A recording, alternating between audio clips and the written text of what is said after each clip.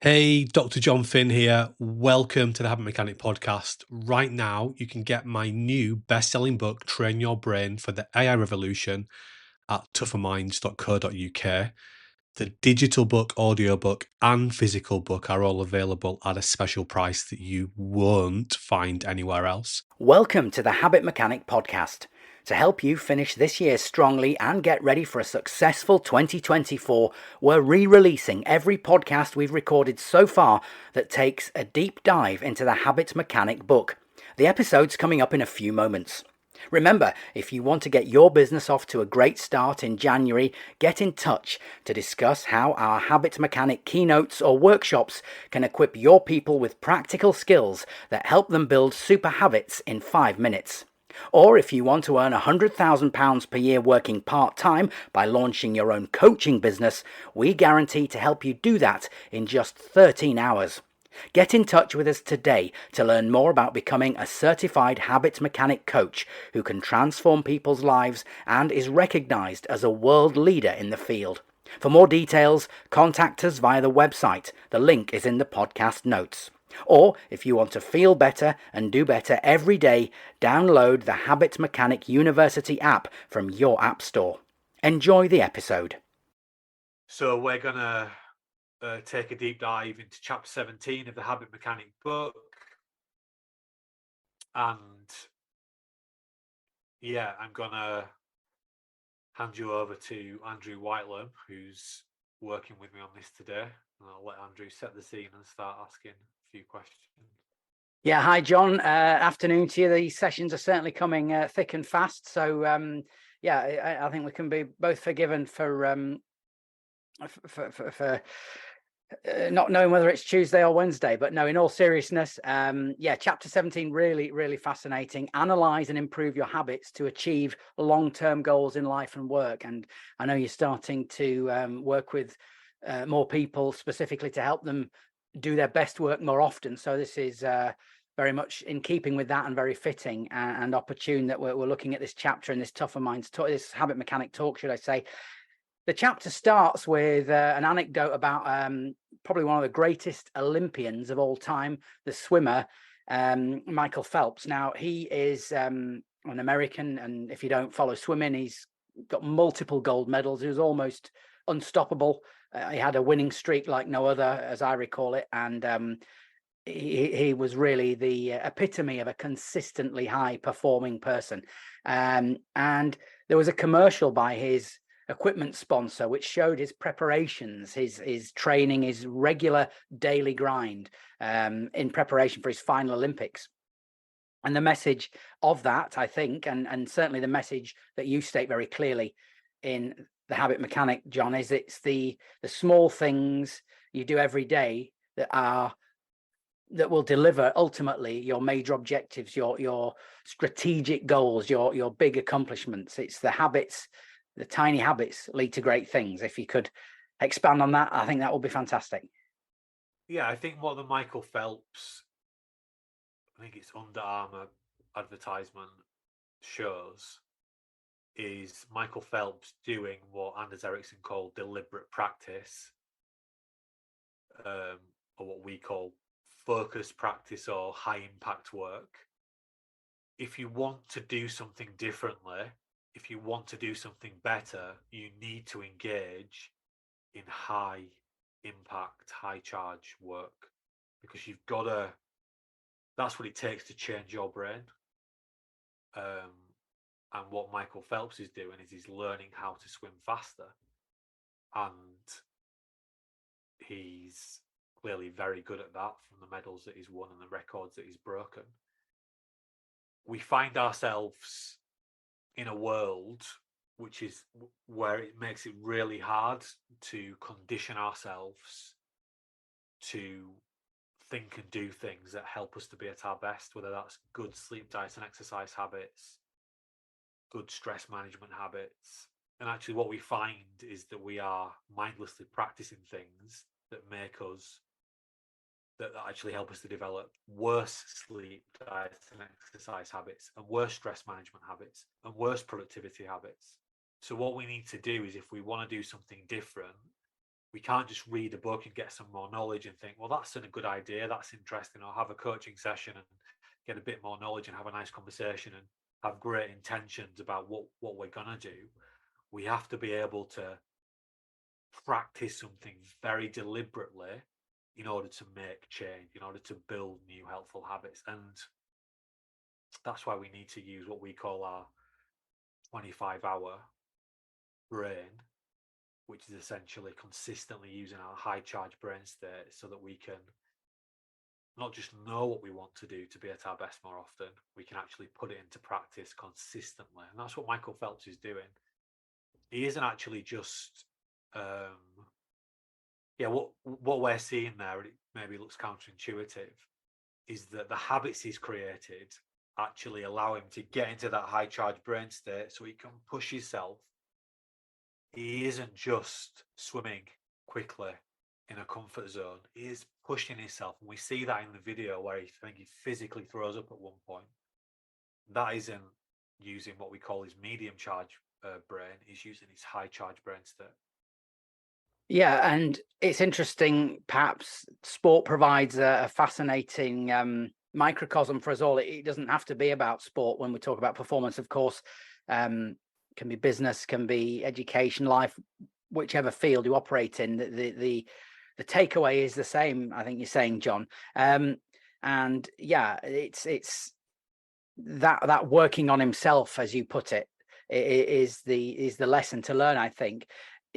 In the book, in chapter 17, you say that the journey to great accomplishment starts with us developing more helpful habits, and for many of us, it's habits, super habits, I think you'd call them, fundamentals, in other words, like sleep, diet, and exercise is often the critical start point for us. Yeah, I wouldn't call them fundamentals necessarily. We are all different. We are all navigating slightly different challenges. And what super habits are things that we do every day that have a disproportionately positive benefit on our life. So for me, going for a run first thing in the morning is a super habit, not necessarily a fundamental thing. Although I would say doing some form of exercise before you want to do some mentally challenging work is really important. It doesn't have to be going for a run. So in chapter 17, we're coming off the back of the fam story, which is a metaphor for that we're using the iceberg as a metaphor for our lives, essentially, for our future selves. The top of the iceberg is the distant future, and the bottom is today. And ultimately, it's the things that we automate today that will allow us to be at our best in the distant future. And the key thing to automate is building more super habits, and the key thing to de-automate, to get rid of, is your destructive habits, which are things that you think and do every day that have a disproportionately negative impact on your life. Yeah. Now, to help us achieve that, you introduce in an extremely accessible and gripping and engaging manner, you introduce a very complex analysis of how habits work inside us. This is, if you haven't read The Habit Mechanic, please do. But for anyone who has read it, they'll know it's done in a very engaging and practically understandable way. So it's so illuminating when you read it. You call it the trait habit loop to help us understand how habits operate. Please just take us through that cyclical operation of our habits, if you like. Yeah, well, there are lots of what I'd call pop psychology habit loops out there, which I've never found made perfect sense to me. So we created our own. TRAIT is an acronym, and it's playing on the idea that we're taught that we have these traits. Leopard never changes its spots. We've been conditioned to believe that we're very fixed, that our genetics are far more dominant than they actually are. So we can change our habits. And if we understand how they work, then that's going to make it super easy. So the T in TRAIT stands for trigger. So every habit we have starts with a trigger. We get a reminder of what to do. So it might be we see someone, and that's a reminder to do something. And the thing that we do is a routine, which I'll come on to. We might feel hungry. That could be a trigger. Our phone might buzz. That might be a trigger. Might be a time of day. That might be a trigger because maybe the news is on at 6 o'clock. I'll like to listen to the 6 o'clock news. So all of our habits start with a trigger. So that's the T. The R is routine. Then something automatically follows the trigger. So if I see that person that I don't like, the routine might be a story about why I don't like that person, why I find them stressful. If it's the time, I might get my phone out and open the app where I listen to the 6 o'clock news. If my phone buzzes or I hear my phone ping, then I might pick up my phone and check it, and so on and so forth. So we've got the trigger, then the routine, and what we need to understand. So the AI in trait is ape brain incentive. The reason that you engage in the behavior is because your ape brain is incentivized to do so. So the ape brain stands for alive, perceived energy, or ape stands for alive, perceived energy. So these are the core drivers of our most fundamental behaviors. So the chances are, well, not the chances are, the reason that you engage in any given routine is because your ape brain finds it rewarding. Sometimes those rewards are counterintuitive, like to worry and beat yourself up.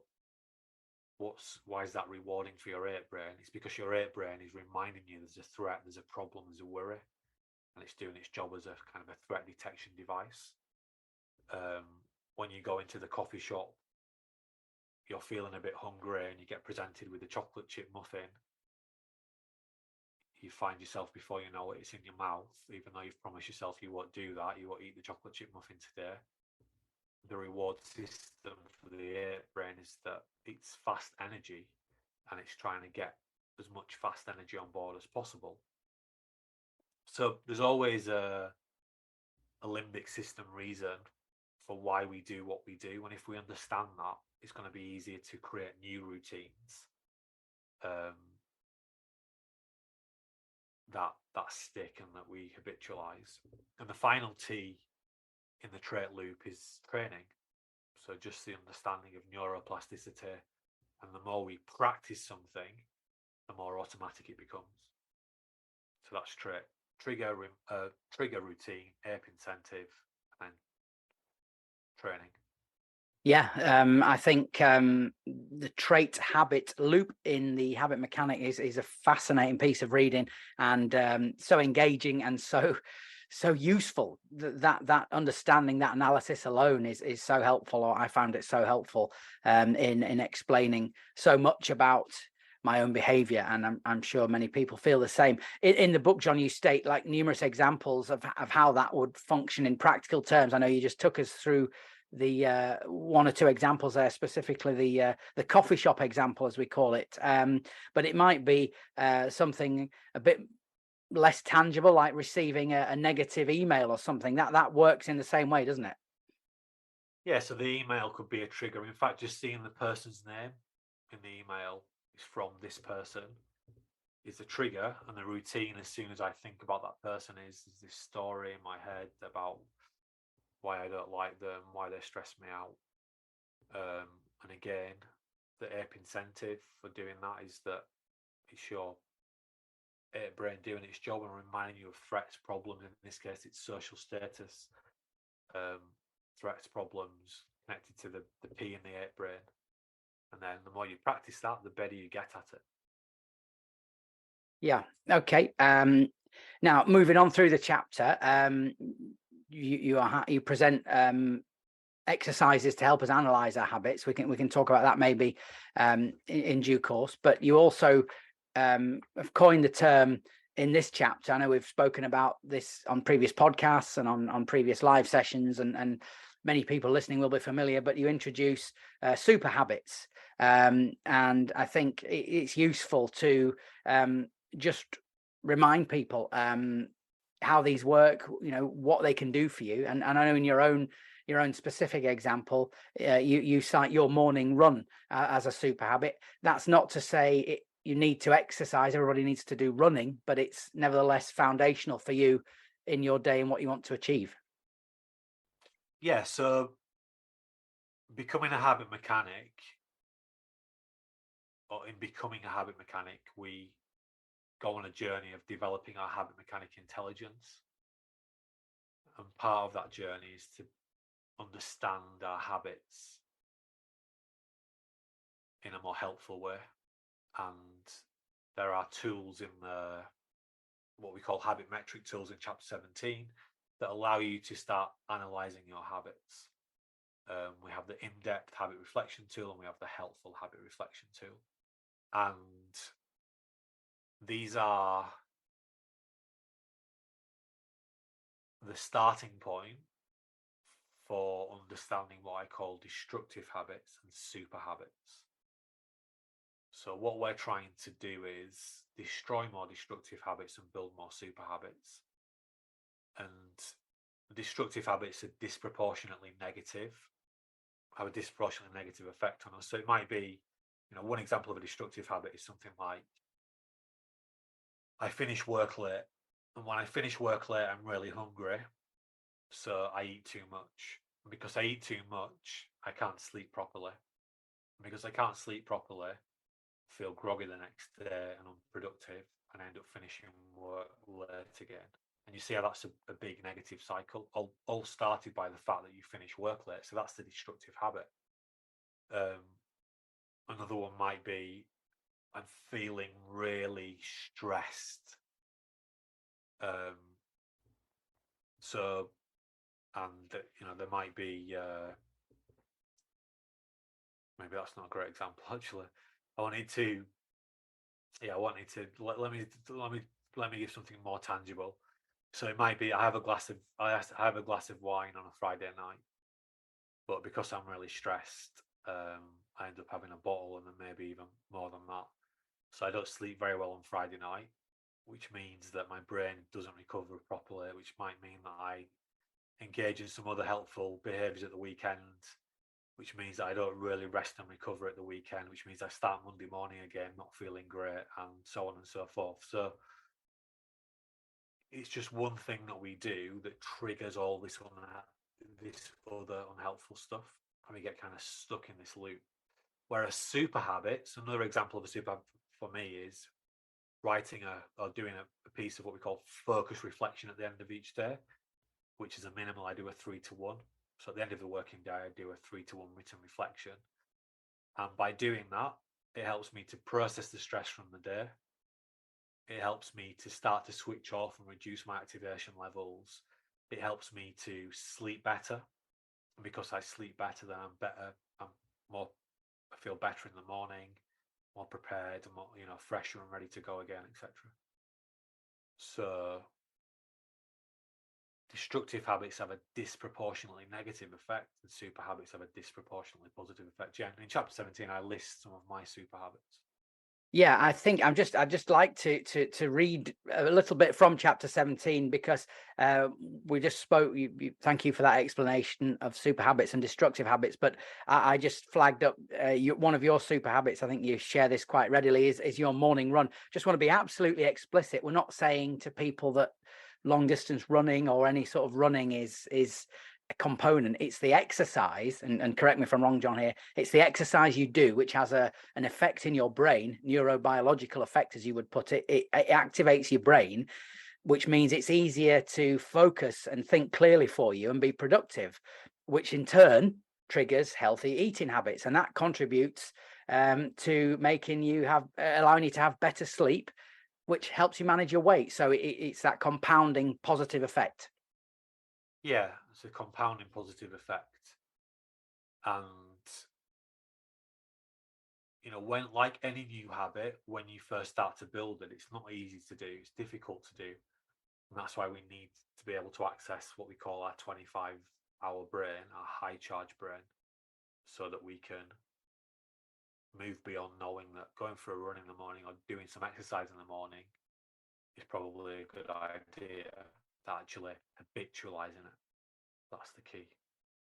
Yeah, and again, I know I seem rather desperate, but I just don't want people to think they have to go out in a cold morning running. Although that would be a great thing. I mean, yeah, it's the movement, it's that prompts the release of very helpful brain chemicals that you're explaining to us. I mean, I couldn't run in the morning if my life depended on it, but I could probably go for a vigorous walk. So that would have the same effect. Just to drill down into this in microcosm. Yeah, neurobiologically, it's going to have a similar effect. So we're looking to release some BDNF into our brain, some noradrenaline, some dopamine. I like to tackle my most complex work in the morning. So when I sit at my desk, I want to be at the right activation level, and going for the run does that, and it just saves me so much time. We talk about our program as a minimal will give you an extra 20 hours of high charge, high impact work per month. Just going for my run every morning saves me hours each day. Because I know when I don't, and I sometimes don't, maybe I'm tired and I'm trying to have a slightly different day, and I say, oh, instead of going for the run, I might go for have a bath instead or something. And I just can't do the same level of work that I do. So this is real. It's absolutely real. So powerful. But your super habits will be different to mine. So you've got to go on that journey and uncover them. Yeah. Personal research is what you always very, very helpfully emphasize, Jon. And in this chapter 2, there's a major piece of personal research, if I could put it that way, the helpful habits reflection exercise, which we'll go on to in a moment. But I just wanted to take you back to this positive compounding effect, if you like, as we've coined it on this talk. And I know, as I say, just briefly, you've been working now, you're starting to work with people to help them do more high impact work every day, every month, and every year. And you can put a figure on that, which I think is absolutely fascinating. You can give people a tangible outcome. Yeah, so that the crux of the work that we're doing to help people, it's helping them to do more of the high impact work. But as I was saying with the Michael Phelps example, high impact work and doing what we call building ice sculptures isn't just something that you do at work, like creating a new product or creating a new presentation or a new marketing campaign or writing a new report. It's also the work you do on yourself, like building better sleep habits, building better exercise habits, building better stress management habits, building better habits to become a leader. High impact work is what moves you from knowing what you want to do to automating it. And that means we need to use our high charge brain. Yeah, and we've obviously worked with a lot of people over the years, thousands and thousands. And we know that even those people that say, yeah, I'm good, I'm nailing it, I use a lot of tools to help me, or they've learned a lot of skills to help them to be more focused and productive. And we teach them the habit mechanic method, almost overnight, saving another hour per day on doing an extra hour of high impact work per week. So even people that are really nailing it, we know that they can also do an extra 1 hour per day. So that's 5 hours per week. So that's 20 hours of extra high impact work per week. And then people on the other end of the continuum who are doing, virtually no high impact work, we know that we know we have the capacity, if we get the foundations right in terms of recharging our brain properly, that we can do about 5 hours of high impact work per day. So those people that are not doing hardly any, they can do an extra 80 hours of high impact work per month. When you add that up over the year, you've got a window there of between 240 hours of extra high impact work. And if my maths is correct, 960 hours. So yeah, these are seismic differences. And I think it moves us beyond feeling better and doing better. It gives us something really tangible to get our teeth into. Yeah, it's really quite jaw-dropping when you think about it in those terms, Jon. The positive implications of what you're saying there.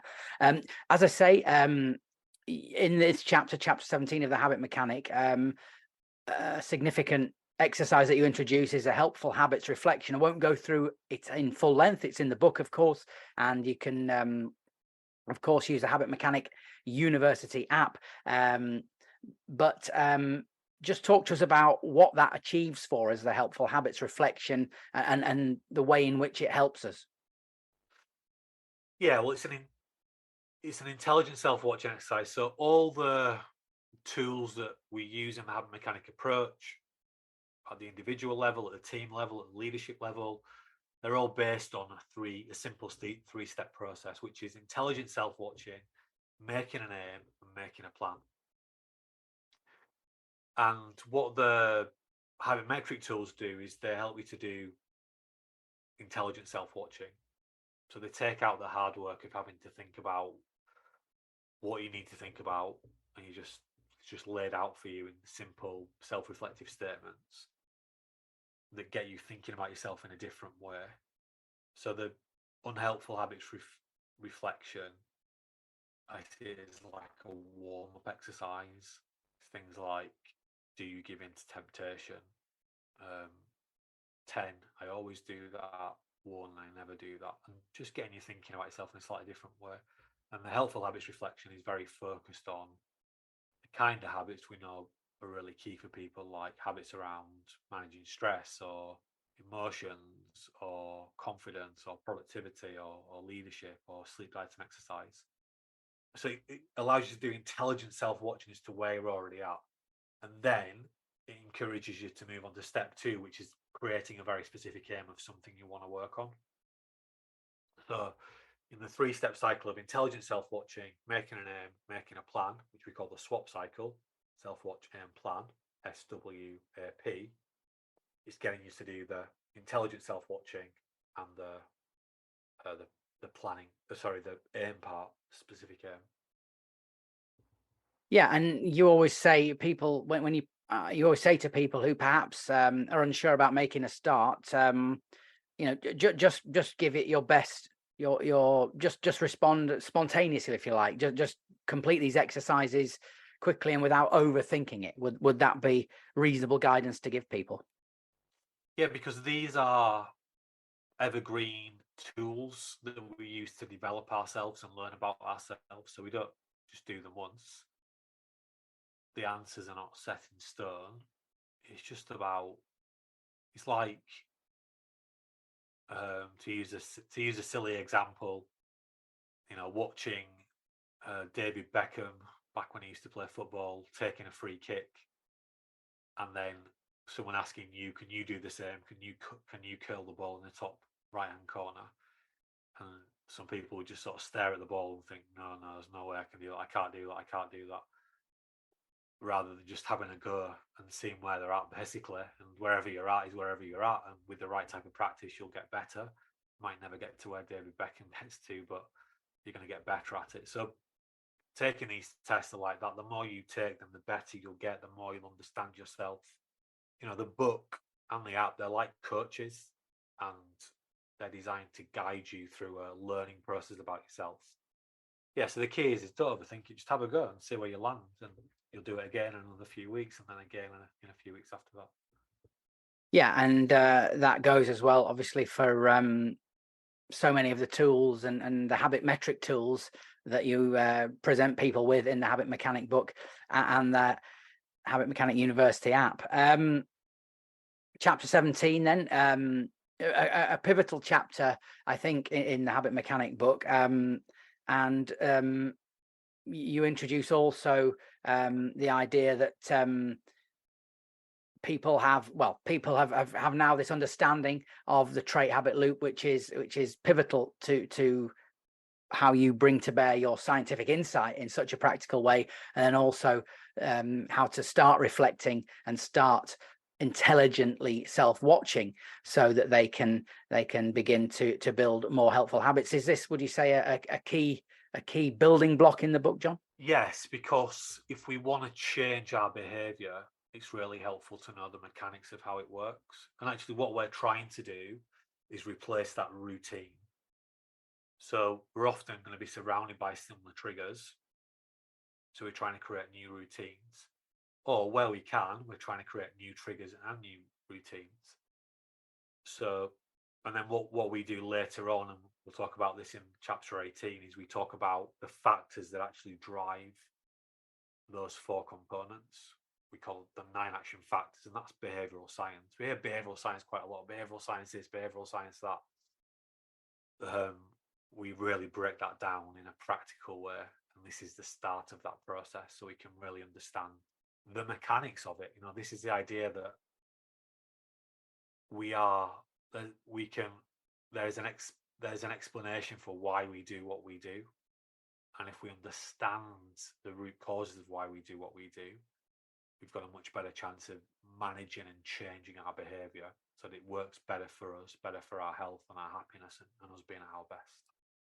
Thanks for listening. Remember, if you want to get your business off to a great start in January, get in touch to discuss how our Habit Mechanic keynotes or workshops can equip your people with practical skills that help them build super habits in 5 minutes. Or if you want to earn $100,000 a year working part-time by launching your own coaching business, we guarantee to help you do that in just 13 hours. Get in touch with us today to learn more about becoming a certified habit mechanic coach who can transform people's lives and is recognized as a world leader in the field. For more details, contact us via the website. The link is in the podcast notes. Or if you want to feel better and do better every day, download the Habit Mechanic University app from your app store. Thanks again for listening. Thanks for listening to the Habit Mechanic podcast. If you liked it, please subscribe and tell someone else about one of the ideas or insights that you found most interesting.